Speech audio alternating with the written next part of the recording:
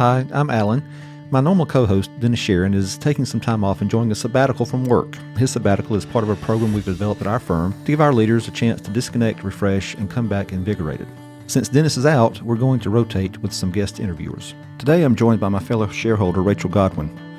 Today we are joined by Richard Fountain. He is the chair for the Department of Accounting and Finance at the University of West Florida. We're talking about what makes UWF a great university, how Rick made the transition from a lawyer to an educator, and finally, we get into his hobby of writing crime-based novels.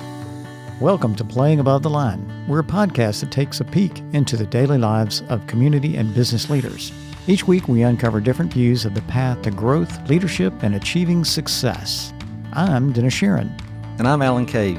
Dennis and I are both shareholders at Hartman, Blackman & Kilgore. We're a full-service accounting and business consulting firm. As CPAs, we've had the unique opportunity to work with many different leaders and decided we wanted a way to share their incredible stories that we've learned along the way.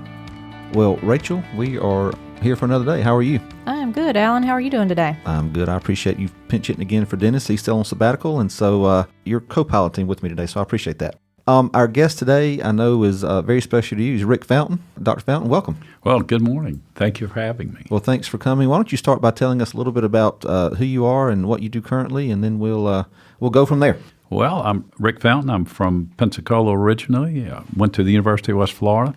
Went to Pensacola High School. I have a law degree from Ole Miss, a master's degree in tax law from the University of Florida. I spent most of my career as an attorney, but the last 7 or 8 years I've been working at the university, 6 as a faculty member and 2 as chair of the Department of Accounting and Finance. That's a pretty impressive and varied background.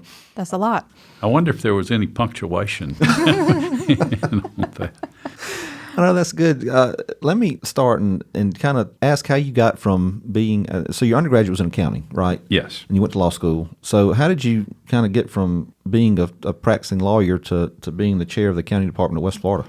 That's an interesting journey. I retained my relationship with the university. I'd been on the foundation board. I was on the College of Business Advisory Council. I was a donor. I worked on their fundraising campaigns. I practiced tax law most of my early career, so I had a lot of connections with the accounting profession. Ed Rinelli was the dean at the University of West Florida, the college dean, business dean. He had been my mentor. I was in the first class that he taught at the University of West Florida, and I was not an academic person. I didn't know he was an ABD, all but dissertation. I know that now that I'm in the academic world. But we became friends, and he's been one of my mentors throughout my life. A few years ago, he called and asked me if I would like to teach, and it sounded like a great opportunity to be in Pensacola occasionally, and I never returned to Jackson, Mississippi. I came home, and my wife, thank the good Lord, was excited about moving to Pensacola after a couple of years, so we've built our home now back in the old hometown. There you go. Came back. Well, what are you most excited about that's going on at UWF right now? I think the ratings that we've had, the state has the metric system they measure, and the University of Florida West Florida was in the bottom 3 the first 3 years. 3 years ago, we were number 3 alone, and then 2 years ago, we were tied with the University with Florida State for number 3. And this past year, we were number 2 alone, only behind the University of Florida. That's very significant. We had also had a lot of success in the accounting program, as Rachel can attest. Yes. Our students do very well on the CPA exam, especially the first-time pass rate. A couple of years ago, we were number 3 in the nation behind Northwestern University and Wake Forest.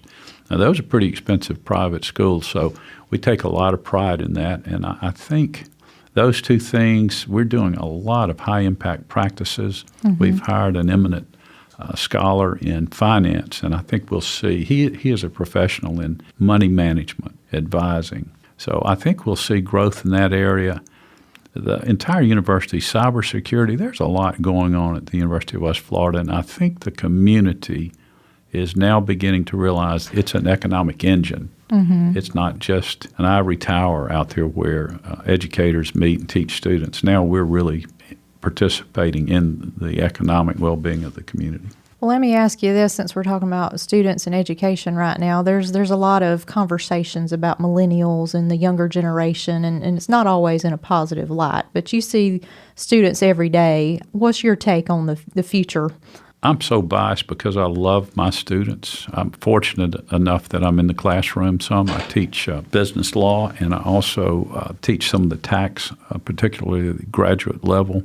And the students that I engage with are high work ethic students, and it may be that they come from working class families. We still have a lot of first generation college students. They're respectful. Great majority of them take pride in their preparation, and they want to learn. They're like a sponge. They want to learn more than the debits and credits or the deductions and the income. They want to learn how to be like a professional. How do you dress? You will see them at BAP. Y'all are always kind to come and make presentations, and they're like sponges. They want to know. And I think looking back 50 years, that's not a whole lot. I was a blue-collar kid, and I learned a lot from those professors. And so I think I don't see a lot of difference now. I'm punching like I'm doing a cell phone. They're really into social media and electronics more than we were, and I don't think they engage quite as much in study groups. So we do everything we can to foster them coming to the tax lab. I try to get in there myself to meet with them. I try to get the faculty members to spend time with them there so that they come to a place where they can interchange stories and lessons with the more mature. So I'm very pleased with where our students are today. Great. You mentioned BAP. What that's Beta Alpha Psi, correct? Yes. So explain a little bit more about what that is and what the benefits are that you see in the organization, and then maybe in a broader aspect, just those types of organizations where people can go and have support in amongst a group of like-minded people. Well, I think that's Beta Alpha Psi is the accounting honorary. You have to have a certain grade point average to be inducted into Beta Alpha Psi, and it's a little bit exclusive. It's only offered in schools that are AACSB accredited, which we're very proud of. It's the top 3% of the business schools. We did not have a Beta Alpha Psi chapter when I was in school, and I'm honored that they inducted me as a faculty member recently. But Dr. Donlin has taken that advisorship over, and he has made it so that you can be an affiliate member. If you haven't progressed quite to the level of credit hours, but you're going to be in accounting, you can come as an affiliate member. Also, if you don't quite have the GPA, you can be an affiliate member. And the reason he does that, they were doing presentations, and they're presentations to improve their ability to be professional, to get a job with a good firm like yours, the other firms in the area. So it's a great opportunity to learn and to see professionals. Folks, they're generous with their time in the accounting profession. They come and spend time with them. I think we're probably double or triple the attendance that we've had the last 3 years. You mentioned Ed Ranelli being one of your mentors, but talk a little bit about maybe some other people throughout your career and your life that have been influences on you and have helped you as you've moved through where you are today. Thank you for asking me that. Ed Ranelli's obviously one, but I want to say my mother was one of the greatest mentors I had. She used little phrases when I was growing up: early to bed, early to rise, make men healthy, wealthy, and wise. And we were kidding around just before we started it. I'd start most of my days at 3 a.m., and that's pretty early to rise. But she taught me something I think that's helped me if I've had any success in leadership. She told me that when I was young, I was a born leader, and people would follow if I led. But I needed to remember, no one I would ever encounter was better than I was. But more importantly, I was never better than anyone else. Mm-hmm. So she taught me, I think, a little bit about humility and working with people no matter their station in life. So those were important lessons. And then I had a law partner, Tom Crockett, who was really an interesting man, and he managed our law firm. And his idea was, you don't get what you expect, you get what you inspect.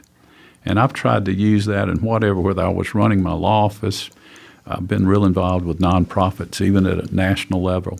And I've learned that's pretty good advice. It's something I try to live by. Dr. Committee was the first chair of accounting and finance at the University of West Florida, although he called it finance and accounting. He said accountants could become too arrogant if they came first. So I never had that problem with accountants. Most accountants I've known have been very competent and usually rather humble. But he used to say the biggest problem is identifying what the problem is. And that sounds like an oversimplification, but when we're faced with strife and turmoil, we kind of figure out there's a problem, but until we identify what the problem is, we really can't address that. So I think that was good advice. One thing I learned from my dad, who was a hardworking man, he would be in a business deal or something, and I would feel as though as a teenager he was taken advantage of, and I'd, Dad, listen, you need to fight.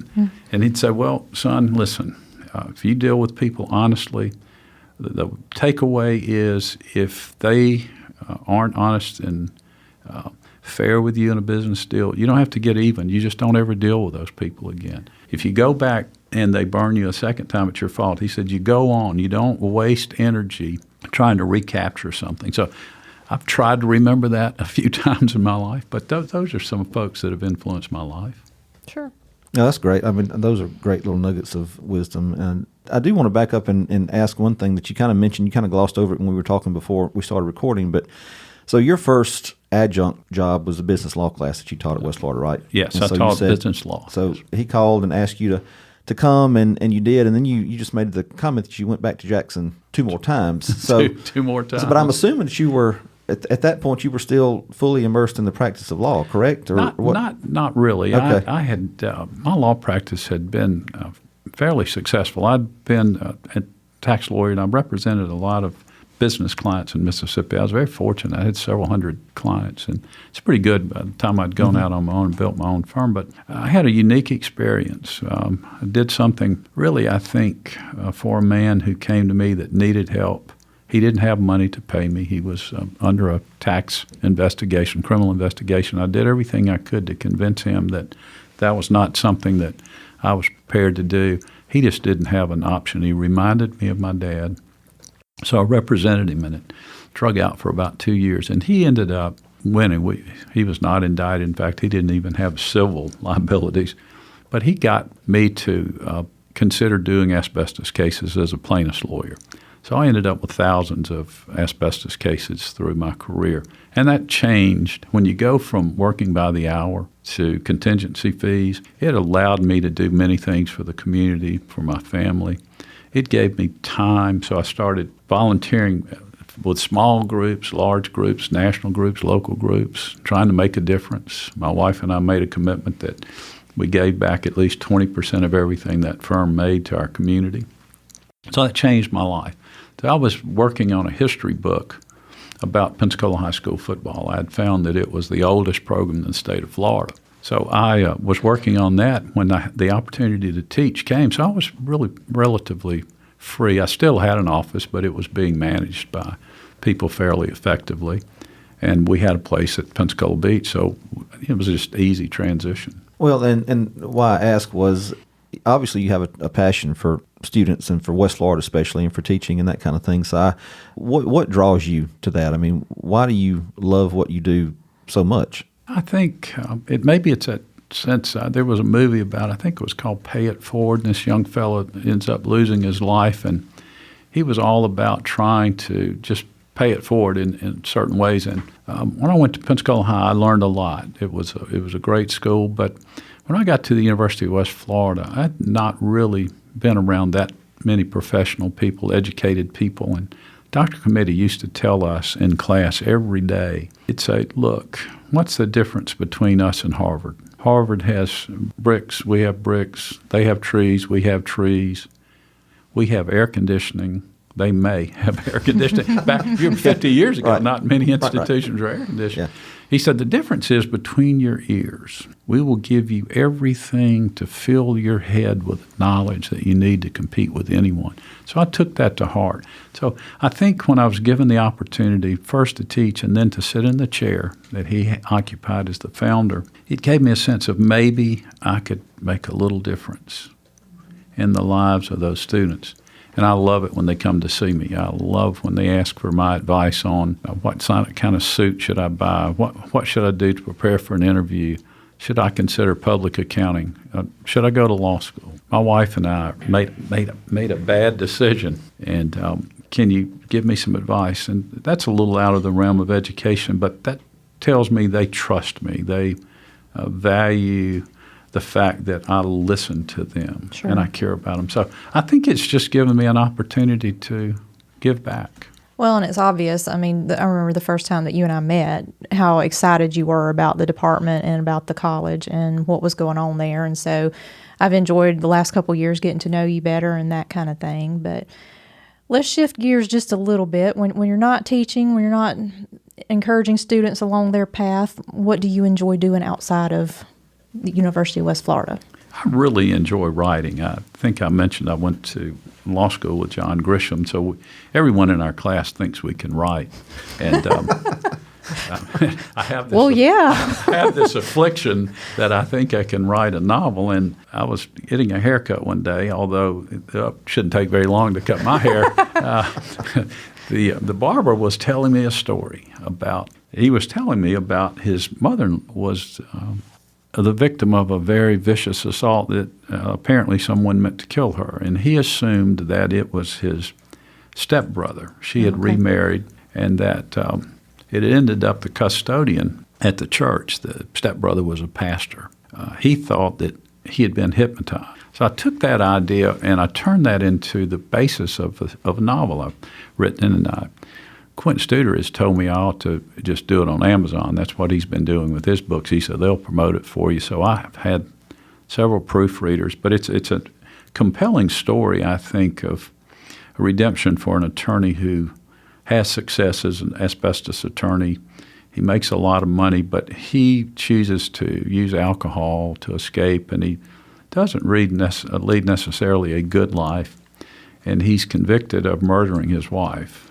And he ends up in the Parchman Penitentiary, which would be one of the worst places in the world to be incarcerated. While he's there, he learns through the alcohol treatment facility on that prison campus that he didn't have to drink, and he changed his life. And the story is he begins to transform himself, and he meets a man on death row who's a little bit like the character in the story the barber told me.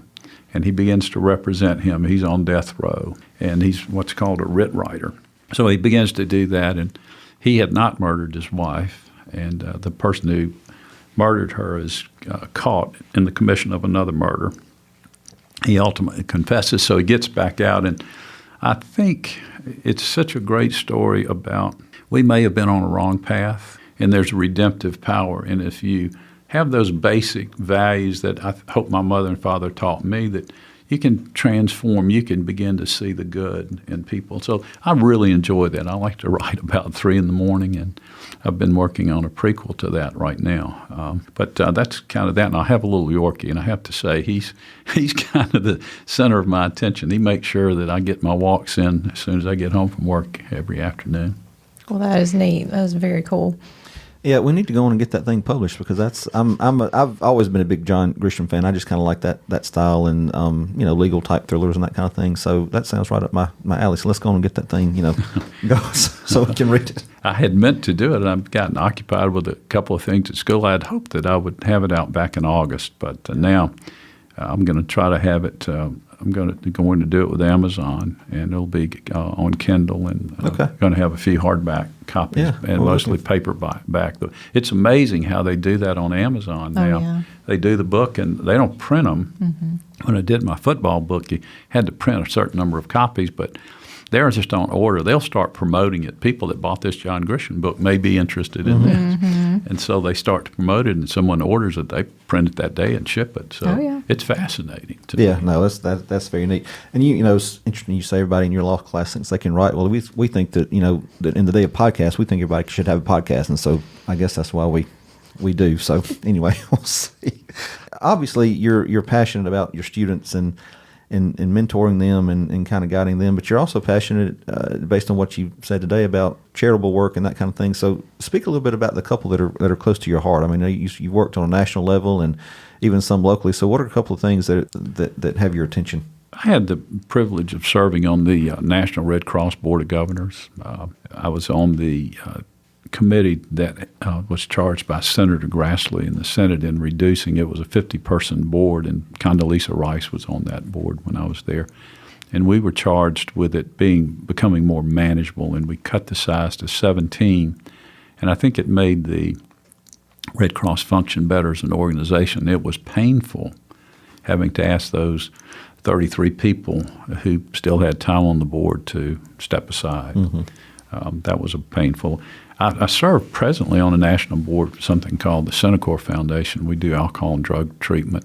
We have long-term facilities, mostly Louisiana and Texas, but I've seen that organization. When they asked me to join that board, we were about a $3 million company, and I was chairman, lucky enough to be chairman for a couple of years, and I think we've grown to about $50 million, but we do a real impact with people who jail or death are probably their two best alternatives to a long-term program. So we've been able to save a lot of people. And I've done some grassroots boards, the theater in Jackson, Mississippi. I'm particularly proud of my time there. Very good. Well, thank you for being on the show today, Dr. Fountain. It's been a pleasure. I'm afraid I took all the time talking. Well, that was the idea. We enjoyed hearing your story. Thank you very much. Check out UWF by visiting their social media pages, which are linked in the show notes. Well, thanks for listening to our podcast today. To never miss an episode, subscribe to Playing Above the Line at iTunes and anywhere else you get your podcast. And be sure to leave us a rating. We'd love to know what you think about our show. To contact us or to stay connected, follow us on social media at HBKCPAS on Twitter, Instagram, and Facebook. Thanks for listening.